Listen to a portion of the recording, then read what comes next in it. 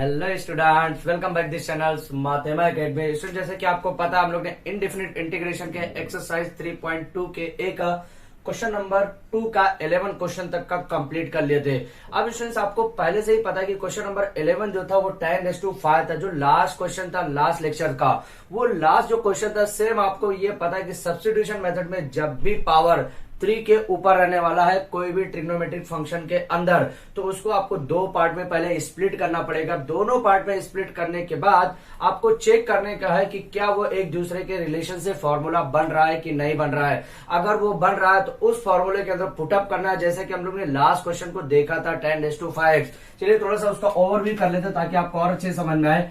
10⁵x ऐसा हम लोग ने लास्ट क्वेश्चन देखा था, ठीक है। That name is question number 11। वो हम लोग ने देखा था, इसको हम लोग ने दो पार्ट में स्प्लिट किया था। पहला पार्ट क्या है, इसको डाला था 10⁵x इंटू 10²x, हम लोग ने देखा था। अब ये 10²x का रिलेशन आपको मालूम था, इसका रिलेशन सेक स्क्वायर से था। जो हमारा फॉर्मूला क्या था, 1 + 10²x = sec²x, ये हमको रिलेशन मालूम था। मतलब ये 10² की जगह हम लोग क्या पुटअप कर सकते थे, sec²x -1 पुटअप करते यहाँ पे। उसके बाद क्या कर सकते थे हम लोग, कोई भी एक रिलेशन का सब्स्टिट्यूशन मेथड में पुटअप करते, उससे tan x आता और tan x से हम लोग t या जो भी फंक्शन पुटअप करते आगे हम लोग फॉरवर्ड करते। उसी हिसाब से हमारा आंसर मिलना था। ये हमारा था मेथड ऑफ सब्स्टिट्यूशन, जब आपको कोई भी ट्रिग्नोमेट्रिक फंक्शन के अंदर पावर 3 या 3 से ज्यादा दिया रहेगा। अब देखिए केस कुछ ऐसा भी है कि जब पावर 3 दिया रहे cos x या sin x के अंदर, तो वहां पे आपको एक और मेथड सोचना पड़ेगा, जैसे sin 3θ cos 3θ के अंदर एक पावर था cos 3x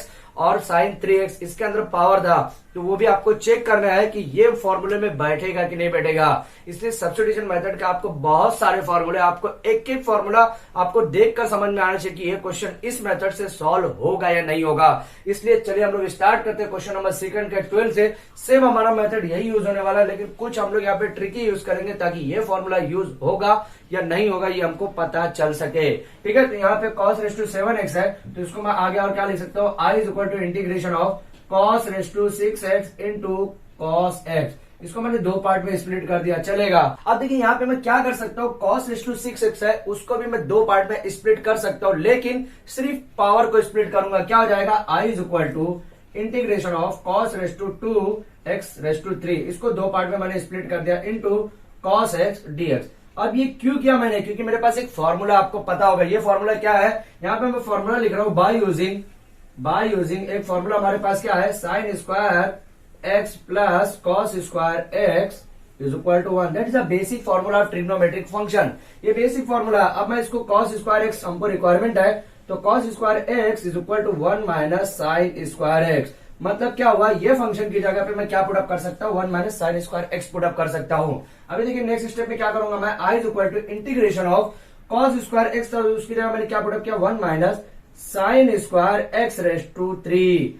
यहाँ पे क्या पुटअप किया, sin²x⁻3। देखिए यहाँ पे भी एक फॉर्मूला नया जनरेट हो रहा है, that formula name is algebra formula, ठीक है, इनटू cos x। यहाँ पे आपको पता चल गया, ठीक है। अब देखिए यहाँ पे एक नया रूल चेंज होगा। नया रूल क्या चेंज होगा, सब्स्टिट्यूशन मेथड का।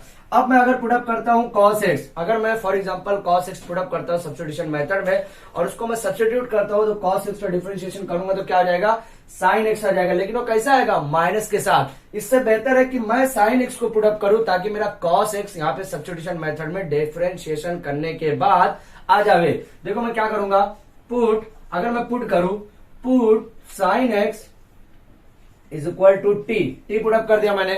अब sin x का जब मैं डिफरेंशिएट करूंगा, तो यहां हम लोग लिखते हैं ऐसा, differentiate with respect to x, ऐसा लिखते हैं हम लोग। उसके बाद क्या हो गया, sin x का डिफरेंशिएट किया तो क्या हो गया, cos x dx = dt। यहां पे आपको पता चल गया कि cos x dx की जगह मैं क्या लिख सकता हूँ, dt लिख सकता हूँ। और sin x जो यहाँ पे फंक्शन दिया उसकी जगह क्या पुटअप कर सकता हूँ, t पुटअप कर सकता हूँ। समझ में आया। अब देखिए इसका पार्ट जो है यहाँ पे करेंगे हम लोग, और यहाँ पे उम्मीद करते हैं कि हम लोग यहाँ पे हमारा पूरा आंसर का सॉल्यूशन एक साथ मिल जाएगा, ठीक है। उसके बाद क्या करेंगे, देखो यहाँ पे I = इंटीग्रेशन ऑफ, क्या किया मैंने, ब्रैकेट के अंदर 1 - t²3। उसके बाद क्या किया, इनटू dt हो गया। समझ में आया, क्योंकि ये फंक्शन की जगह पूरा मैं क्या पुटअप करूंगा, dt पुटअप करूंगा। अब देखिए यहाँ पे फॉर्मूला क्या है, 1 - b⁵। कैसा फॉर्मूला, देखिए a - b⁵ क्या हो गया, a³ - 3 a² b + 3 A B square minus, ये देखिए साइन अल्टरनेट लगेगा, इसके पास प्लस था, माइनस प्लस माइनस, यहाँ पे क्या लगेगा माइनस, माइनस बी क्यूब हो गया। यही फॉर्मूला आपको पुटअप करके इसकी जगह पे रखने का है। अब क्या हो जाएगा, I is equal to integration of, मैंने क्या किया 1 का होल क्यूब, 1 का होल क्यूब करूंगा 1 ही आएगा, ओके।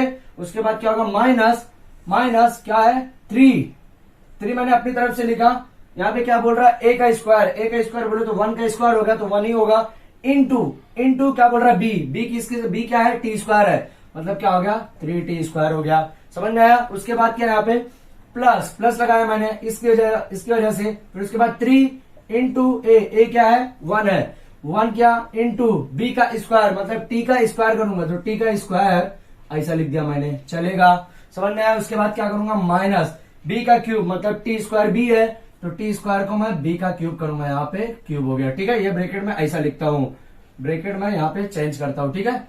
यहाँ पे हो गया dt। अब जैसा है थोड़ा सा उसको एक्सपांड कीजिए और अच्छे से स्प्लिट कीजिए, उसके बाद उसका डिफरेंशिएशन है या इंटीग्रेशन है जो भी उस पर रूल अप्लाई कीजिए। कैसा करेंगे, I is equal to integration of 1 dt, क्योंकि सब पे आपको इंटीग्रेशन अप्लाई करना पड़ेगा, minus 3 integration of T square dt plus 3 integration of, अब देखिए यहाँ का कितना हो जाएगा 2/2 यहाँ पे है तो 2/2 मतलब यहाँ पे 2 to 4 हो जाएगा, कैसा हो जाएगा 4 dt। उसके बाद माइनस ये कितना हो गया 3 to 6 integration of t/6 dt हो गया, समझ में आया। सब पे मैंने एक साथ इंटीग्रेशन अप्लाई किया। अब देखिए डायरेक्टली इंटीग्रेशन अप्लाई करूंगा क्या हो जाएगा, i इज इक्वल टू 1 है, मतलब क्या है कांस्टेंट है, अगर 1 नहीं लिखेंगे तो भी चलेगा, मतलब यहाँ पे फंक्शन क्या है कांस्टेंट है, कांस्टेंट का डेरिवेटिव कांस्टेंट का इंटीग्रेशन यहाँ पे हम लोग देख रहे हैं, तो इंटीग्रेशन विथ रिस्पेक्ट टू जो फंक्शन के करेंगे वो फंक्शन डायरेक्ट आ जाएगा, तो टी आ जाएगा यहाँ पे माइनस, यहाँ पे 3t³ divided by 3, okay, plus 3t5 divided by 5 minus t7 divide by 7। देखिए यहाँ पे सेकंड, थर्ड एंड फोर्थ, यहाँ पे एक फॉर्मूला हमने देखा है, बेसिक फॉर्मूला है इंटीग्रेशन ऑफ x⁻n dx, अगर ऐसा फंक्शन है, यही फंक्शन दिया हुआ है, यहाँ पे x दिया हुआ है और यहाँ पे n। अब देखिए एक चीज, यहाँ पे x है तो यहाँ पे dx है, तो यहाँ पे t है तो यहाँ पे dt है, बात वही पड़ा, इसलिए बोल रहा हूँ कि यहाँ पे जो फंक्शन रहेगा वही फंक्शन यहाँ पे रहने वाला है, यहाँ पे t था तो यहाँ पे dt है, लेकिन रूल यही होने वाला है, ठीक है। उसके बाद क्या किया मैंने यहाँ पे, देखिए फॉर्मूला जब था तो x⁻n plus 1 divided by n plus 1 plus c, यही फॉर्मूला है, मतलब जो पावर में आएगा वही डिवाइड में भी आएगा। पावर में क्या आया 3 आया तो ये डिवाइड में भी 3 आया, पावर में क्या आया यहाँ पे 5 आया तो यहाँ पे डिवाइड में भी 5 आया, पावर में क्या आया 7 तो डिवाइड में भी 7 आया, तो प्लस c। अब ये t ऐसा रखेंगे तो आंसर मिलेगा क्या, नहीं मिलेगा, क्योंकि सब्स्टिट्यूशन मेथड है, तो हमारा जो चीज हम लोग ने यूज किया था, सब्स्टिट्यूट किया था, उसी को हम लोग रिवाइज जो रखेंगे वही ओल्ड यहाँ पे पुटअप कर देंगे।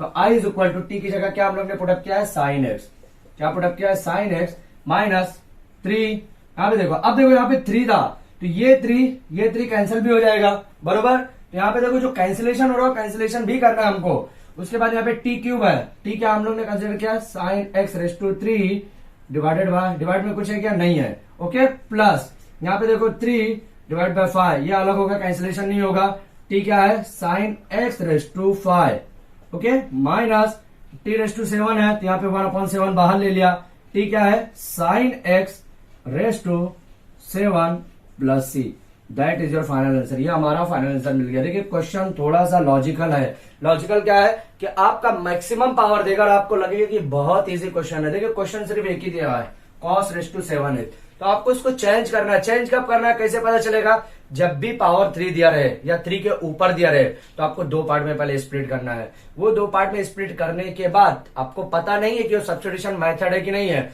तो आपको अगर पावर 3 के अंदर है तो आपको यूज करने का एक फॉर्मूला आना चाहिए sin 3θ cos 3θ, उसके हिसाब से आपको यूज करना है। तो वहां पे अगर चेक कर रहे फॉलो नहीं हो रहा है तो आपको सब्स्टिट्यूशन यूज करना है। और आपको 2 मेथड जो दिया रहता है, 2 मेथड कैसा दिया रहेगा कि आपको चेक करना है सब्स्टिट्यूशन मेथड में कि वो दोनों फंक्शन है एक दूसरे को रिलेट कर रहे हैं या नहीं कर रहे।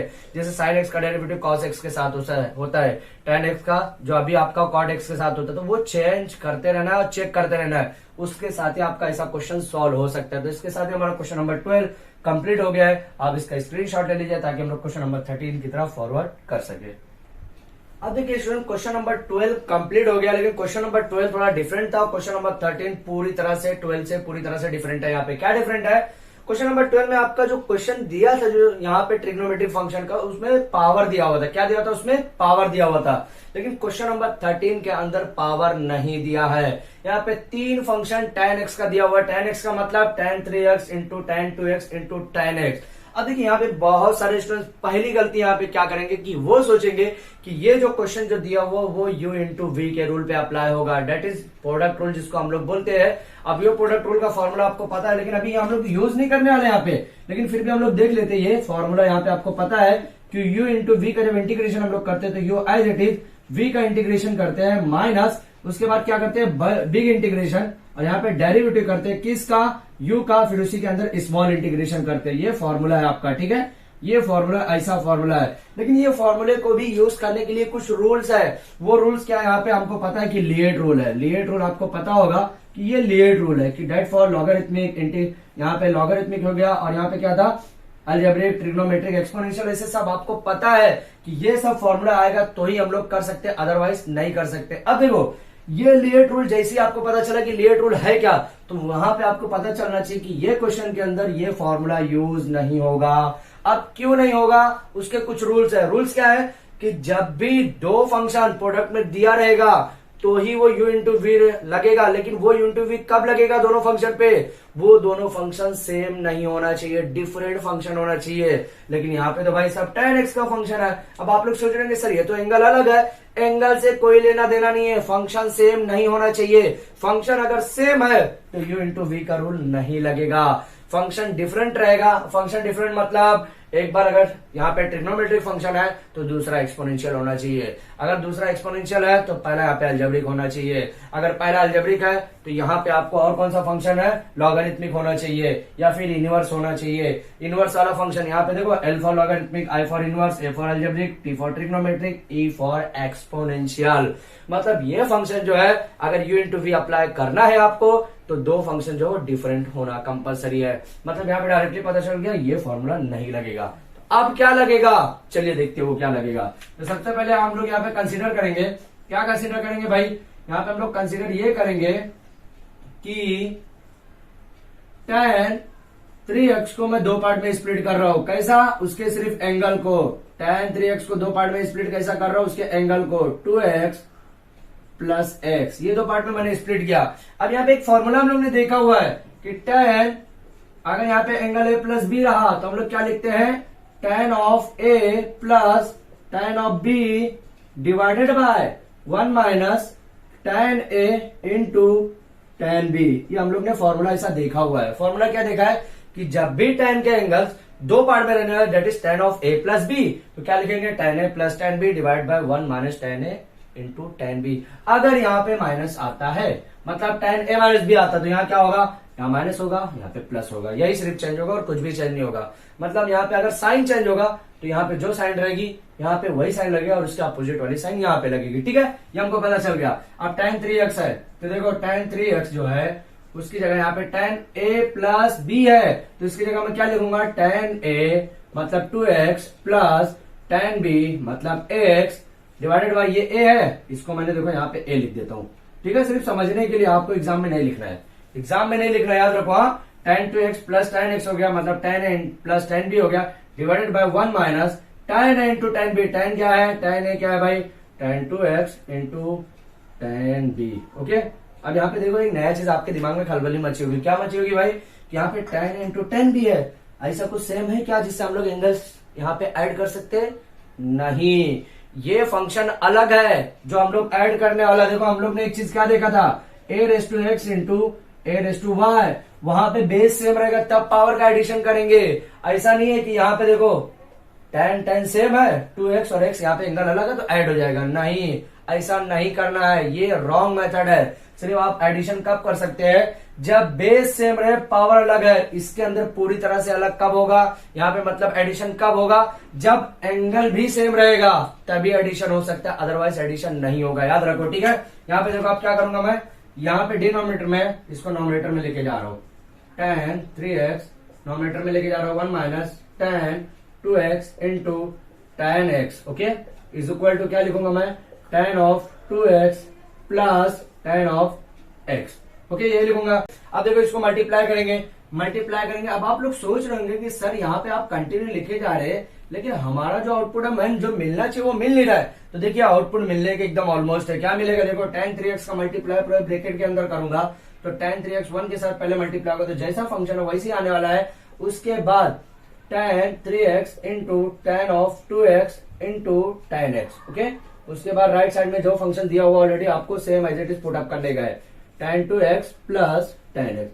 अब ध्यान दो, कुछ यहाँ पे नया चीज है। देखो नया चीज क्या है यहाँ पे, tan 3x tan 2x tan x, tan 3x tan 2x tan x function मिल रहा है। तो अब मैं क्या कर सकता हूं, ये जो पार्ट है इसको मैं राइट साइड शिफ्ट करता हूं और ये जो पार्ट पूरा टोटल पार्ट है इसको लेफ्ट साइड शिफ्ट करता हूं। तो देखिए होगा क्या, tan 3x ये प्लस है पूरा पार्ट, लेफ्ट साइड में शिफ्ट करूंगा माइनस हो जाएगा। क्या हो जाएगा, minus tan of 2x minus tan of x। और ये क्या हो गया, ये पूरा पार्ट को मैं क्या शिफ्ट करूंगा, राइट साइड शिफ्ट कर रहा हूं। तो tan of 3x into tan of 2x into tan x। अब देखिए यहां पे भी एक गलती हो सकती है। गलती क्या होगी, यहां पे ध्यान से देखो गलती क्या हो सकती है कि ये जो पार्ट को मैंने जब लेफ्ट साइड में शिफ्ट किया ना, तो आप लोग क्या करेंगे, सिर्फ माइनस यही पार्ट में लिखेंगे, इधर नहीं लिखेंगे। रीजन क्या है उसका कि यहाँ पे आप क्या बोलेंगे कि एक साइड माइनस लगा दूसरी साइड, लेकिन आपको पता है कि एक साइड जब माइनस होगा तो पूरी तरह से वो सब हर चीज को चेंज करेगा।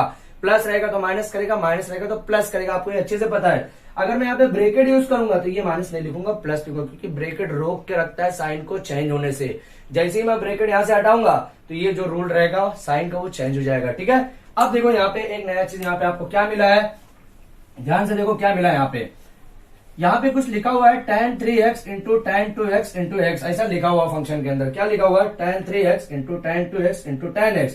मतलब यहाँ पे जो हमारा क्वेश्चन था, अब मैं इसकी जगह पे डायरेक्टली ये फंक्शन पुट अप कर सकता हूँ, बिल्कुल कर सकता हूँ, क्योंकि सब्स्टिट्यूशन मेथड हम लोग ने तो वही सीखा है कि इसकी जगह पे ये पुट अप करो, उसकी जगह पे ये पुट अप करो, हम लोग ने यही सीखा है। तो अब क्या करूंगा, मैं इसकी जगह पे ये फंक्शन पुट अप करता हूँ। तो I इज इक्वल टू क्या रखूंगा मैं यहाँ पे, इंटीग्रेशन ऑफ क्या रखूंगा, tan 3x minus tan 2x minus tan x। अब आप लोग सोच रहे होंगे सर तो फंक्शन वही है, इसमें चेंजेस क्या हुआ कि यहाँ पे भी tan 3x था, यहाँ पे भी tan 2x था, यहाँ पे भी tan x है, वहां पे भी तो सेम है। लेकिन याद रखो फंक्शन जब प्रोडक्ट में रहेगा तो वहां पे आपका इंटीग्रेशन और डेरिवेटिव का रूल कम से कम बहुत कम अप्लाई होता है। सिर्फ दो फंक्शन मल्टीप्लाई में रहेगा, लेकिन वो भी फंक्शन क्या डिफरेंट फंक्शन रहेगा तो ही अप्लाई होगा u इंटू वी का रूल, चाहे वो डेरिवेटिव में हो चाहे वो इंटीग्रेशन में हो। लेकिन यहाँ तो भाई तीन फंक्शन मल्टीप्लाई में है और तीनों फंक्शन सेम ही है, तो वहां पे u इंटू वी का तो सवाल ही पैदा नहीं होता है। उसके बाद यहाँ पे जो फंक्शन आया है वो प्लस माइनस में आया है, देखो दोनों के बीच में यहाँ पे माइनस लगा, प्लस भी हो सकता है, पॉसिबिलिटी है। तो जब फंक्शन डिफरेंट रहेगा, अलग अलग रहेगा, साइन भी अलग रहेगी, मतलब मल्टीप्लाई की साइन नहीं रहेगी, तो हम लोग बहुत इजी से निकाल सकते हैं, चाहे वो इंटीग्रेशन हो चाहे वो डेरिवेटिव हो। ठीक है, अब मैं यहाँ पे डायरेक्टली निकाल सकता हूँ। क्या निकालूंगा, देखो इंटीग्रेशन डायरेक्ट अप्लाई कर रहा हूँ यहाँ पे, तो क्या होगा, इंटीग्रेशन को मैं अलग से लिखता हूँ, tan 3x dx minus integration of tan of 2x dx minus integration of tan x dx। चलेगा, तीनों पे यहाँ पे इंटीग्रेशन का रूल अप्लाई करने का। तीनों पे इंटीग्रेशन का रूल अप्लाई करूंगा तो आपको फॉर्मूला पता है। फॉर्मूला क्या है कि इंटीग्रेशन ऑफ tan x अगर यहाँ पे आता है आपका dx के साथ, तो यहाँ पे हम लोग क्या लिखेंगे, log of mod of sec x, ये हमको पता है। अब ये मॉड का रोल क्या है, ये मॉड क्या होता है, मैग्नीट्यूड का कुछ फंक्शन बताएगा। अब मैग्नीट्यूड आया तो मतलब आप जब हम लोग वेक्टर क्वांटिटी चालू करेंगे, मतलब वेक्टर चैप्टर्स चालू करेंगे, तो वहां पे आपको सब पता चलेगा भाई, यूनिट वेक्टर क्या होता है, नल वेक्टर क्या होता है, कोप्लानर वेक्टर क्या होता है, फ्री वेक्टर क्या होता है, सब तरह का वेक्टर जो है वो हम लोग देखेंगे और हम लोग यूज करेंगे कि ये जो लाइन की जो मीनिंग है, क्या इतना इंपॉर्टेंस है, ये दोनों लाइन अगर नहीं लिखेंगे तो क्या इतना इंपॉर्टेंस है, लाइन नहीं लिखेंगे और लिखेंगे तो वो हम लोग वेक्टर चैप्टर के अंदर देखेंगे। अभी सिर्फ फॉर्मूला याद रखिए कि फॉर्मूला होता क्या है। ठीक है, अब ये जो फॉर्मूला है ये तीनों फॉर्म पे अप्लाई करेंगे, मतलब tan 3x पे भी, tan 2x पे भी, tan x पे भी, क्योंकि मैंने आपको बताया है एंगल कुछ भी हो सकता है, फंक्शन सेम है। फंक्शन देखो यहाँ पे सेम है, एंगल कुछ भी हो सकता है, एंगल के हिसाब से आपको चेंज करते रहने का। ठीक है, तो आप देखिए यहाँ पे क्या करेंगे, हम लोग डायरेक्टली यहाँ पे इंटीग्रेशन अप्लाई कर रहे हैं, तो क्या हो जाएगा, tan 3x, तो log of sake of 3x है। लेकिन याद कीजिए यहाँ पे x का कोफिशिएंट 3 है, और जब भी इंटीग्रेशन करेंगे तो x का कोई अगर फंक्शन का कोफिशिएंट दिया रहेगा डिवाइड में चले जाता है। कहां पे, डिवाइड में चले जाता है। सेम यहाँ पे देखो minus 1/2 log of sake of 2x हो गया।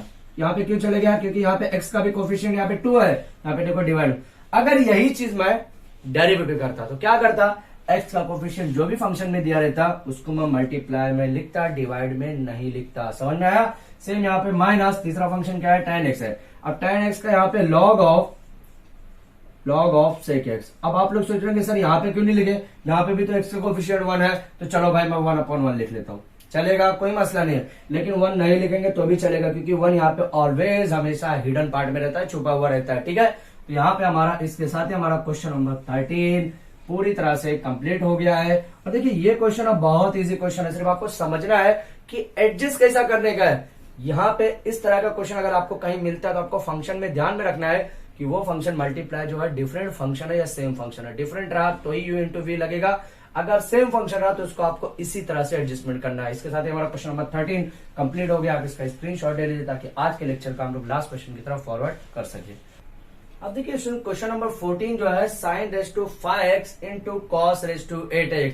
अब आप लोग सोच रहे होंगे कि सर दो फंक्शन यहाँ पे देखो अलग है और यहाँ पे मल्टीप्लाई में अलग है क्या भाई साइन और कॉस सेम फंक्शन में आता है, ट्रिग्नोमेट्रिक फंक्शन ही है। दो फंक्शन में क्या बोल रहा हूं अलग, मतलब वो ट्रिग्नोमेट्रिक एक अलग हो, एक या तो यहाँ पे एक्सपोनेंशियल हो या अलजेब्रिक हो या फिर यहाँ पे आपका लॉगरिथमिक का फंक्शन हो। मतलब ऐसा नहीं कि साइन कॉस टैन अलग अलग आया तो वो अलग फंक्शन उसकी बात नहीं कर रहा हूं मैं।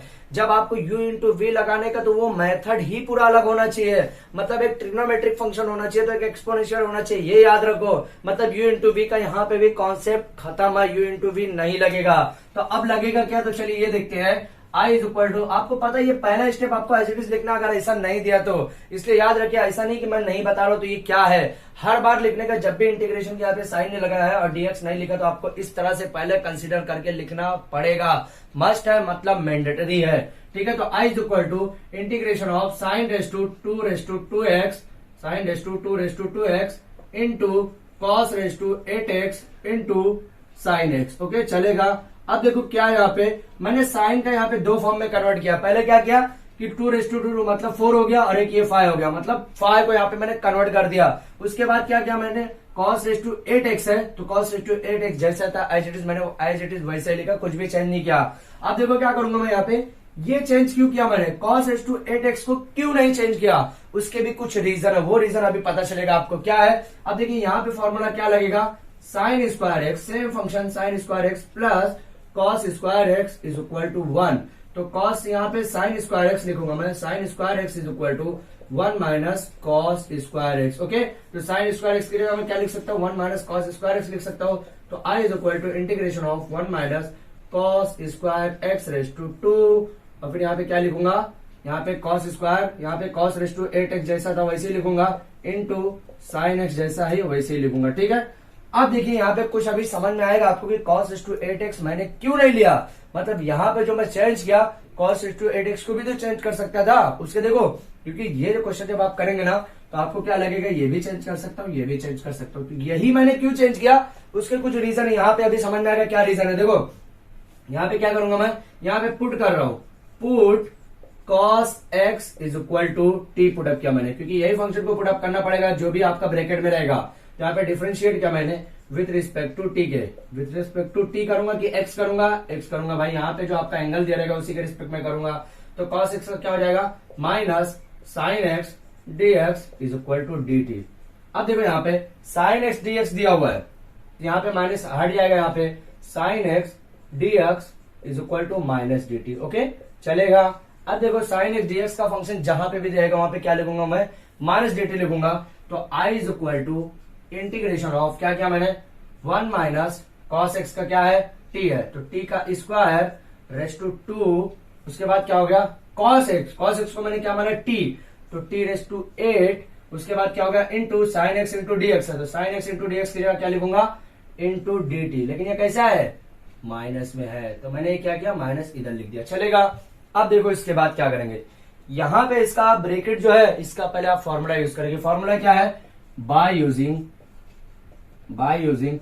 ए माइनस बी का whole square, a minus B का होल स्क्वायर है तो क्या होगा, a square minus 2ab plus b square. ये फॉर्मूला हमको पता है, डेट्स अलजेब्रिक फॉर्मूला। ये सब फॉर्मूला a माइनस बी का whole square, a plus b का whole square, a minus B का whole cube, a plus b का whole cube, a cube minus b cube, a cube plus B cube.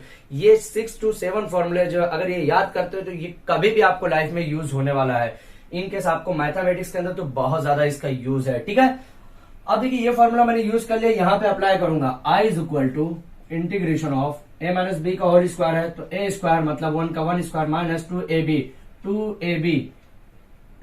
मतलब यहाँ पे दोनों का multiply है तो 2t स्क्वायर हो गया। उसके बाद प्लस b का स्क्वायर बोलते t का स्क्वायर करूंगा कितना हो जाएगा, t⁴ हो जाएगा। कितना हो जाएगा, t⁴ हो जाएगा। समझ में आया। ब्रैकेट के बाहर जो भी आपका लिखा हुआ है सेम एज इट इज लिखेंगे, कुछ भी चेंज नहीं करेंगे। यहाँ पे माइनस आपका साथ में चलेगा, ठीक है। ये माइनस थोड़ा अच्छे से लिखना आपको, इज इक्वल टू माइनस, ठीक है। अब देखो I is equal to minus integration of ये t⁸ है जो अंदर ब्रैकेट के अंदर मल्टीप्लाई होगा तो t⁸ minus 2t2 into t⁸ plus t⁴ into t⁸ bracket close. यहाँ पे dt लिख दिया मैंने, चलेगा। तो ये माइनस का जो हम लोग ब्रैकेट के अंदर पूरी तरह से अप्लाई करेंगे और यहाँ पे देखिए फंक्शन जो है बेस सेम है मतलब टी सेम है तो पावर का एडिशन होगा जब मल्टीप्लाई में दोनों फंक्शन दिया हुआ है। अब यहाँ पे भी बेस सेम है, पावर यहाँ पे डिफरेंट है। पावर सेम भी होता है, बेस भी सेम होता है तो बेस को पहले हम लोग यहाँ पे अज्यूम करते हैं, पावर का एडिशन करते हैं, याद रखिए, ठीक है। तो I इज इक्वल टू क्या आ जाएगा, माइनस t⁸ ओके। यहाँ पे इंटीग्रेशन किया dx हो गया, सॉरी dx आएगा कि dt आएगा क्योंकि यहाँ पे t है तो dt आएगा। उसके बाद ये माइनस माइनस मिलकर क्या हो गया, प्लस 2 को बाहर लिखा, इंटीग्रेशन ऑफ ये t बेस सेम है, पावर का एडिशन में कितना हो गया, पावर का एडिशन होने के बाद कितना हो गया, t⁻10 हो गया। यहाँ पे dt हो गया। ये देखिए माइनस प्लस मिलकर क्या हो जाएगा, माइनस। यहाँ पे इंटीग्रेशन का रूल अप्लाई करूंगा। अब टी सेम है, यहाँ पे पावर ऐड हो जाएगा तो 8 और 4 कितना हो जाएगा, 12। यहाँ पे कितना हो गया, dt। समझ में? क्वेश्चन बहुत इजी है। तो एक फॉर्मूला फिर क्या यूज करेंगे हम लोग, by using integration of x⁻n dx is equal to क्या हो जाएगा, x⁻n + 1 divided by n + 1 + c। यही फॉर्मूला लगेगा। तो यहाँ पे t की जगह से हम अप्लाई कर दीजिए, यहाँ पे minus t⁻9 divide by 9 plus okay 2t⁻11 divide by 11। उसके बाद क्या हो जाएगा, minus t⁻13 divide by 13 + c हो गया। क्वेश्चन आंसर कंप्लीट हो गया। अभी जो क्या है, टी को यहाँ पे सब्स्टिट्यूट जो आपने किया था उसको रिप्लेस कीजिए। टी को आपने क्या किया था, I is equal to T की जगह हम लोग ने क्या पुट अप किया था, cos x। तो minus cos⁻9x divide by 9 okay.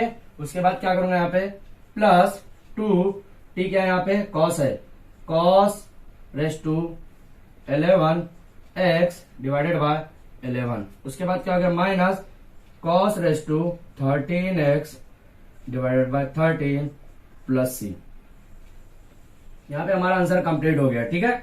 अभी जो नेक्स्ट क्वेश्चन हमारे बचे हुए 3 क्वेश्चन उसको हम लोग नेक्स्ट लेक्चर में लेंगे। अब मैंने कुछ बोला था कि यहाँ पे मैंने sin⁵x क्यों लिया है, इसके क्या रीजन है। देखिए इसके रीजन क्या है कि जब मैं cos⁸8x लेता फॉर एग्जाम्पल तो मेरे को क्या रखना पड़ता, cos6 बाहर रखना पड़ता, cos⁻6x या तो बाहर रखना पड़ता या फिर सिर्फ 4 बाहर रखना पड़ता। कैसा, यहाँ पे देखो cos⁻8x है तो इसको मैं अगर 2 पार्ट में स्प्लिट करूं तो cos⁻2 हो गया और इंटू cos⁻4x ऐसा करना पड़ता। समझ में आया, मतलब ये 4 और ये 4 को अलग करना पड़ता। लेकिन sin⁵ को वहां से कैसे चेंज करता मैं, मतलब यहाँ पे जब मैं पुटअप करता हूँ, सब्स्टिट्यूशन मेथड अप्लाई करता हूँ तो sin⁵x कहां से आता, वो t⁵ अगर बनता भी तो कैसे चेंज होता, चेंज नहीं होता। मतलब आगे के फॉर्मूले में हमारा कुछ ना कुछ गड़बड़ होता। देखिए अगर और अच्छे से कॉन्फिडेंस आपको चाहिए तो आपको करना क्या है, cos⁸8x को चेंज कीजिए। मतलब यहाँ पे मैंने क्या किया है, sin⁵x को चेंज किया, आप cos⁸8x को चेंज कीजिए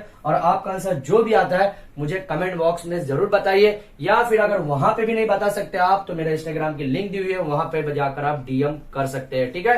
तो यहाँ पे हमारा क्वेश्चन नंबर 14 कंप्लीट हो गया है। नेक्स्ट लेक्चर में हम लोग क्वेश्चन नंबर 6 और एक्सरसाइज 3.2 का ए जो है वो भी पूरी तरह से कंप्लीट कर लेंगे। उसके बाद हम लोग एक्सरसाइज 3.2 के बी की तरफ फॉरवर्ड करेंगे, ठीक है। तो जो स्टूडेंट अभी तक हमारे चैनल को सब्सक्राइब नहीं किया है तो प्लीज अब हमारे चैनल को सब्सक्राइब कीजिए और अपने फ्रेंड सर्कल में भेजिए ताकि वो भी अच्छे से पढ़ाई कर सके। Thank you.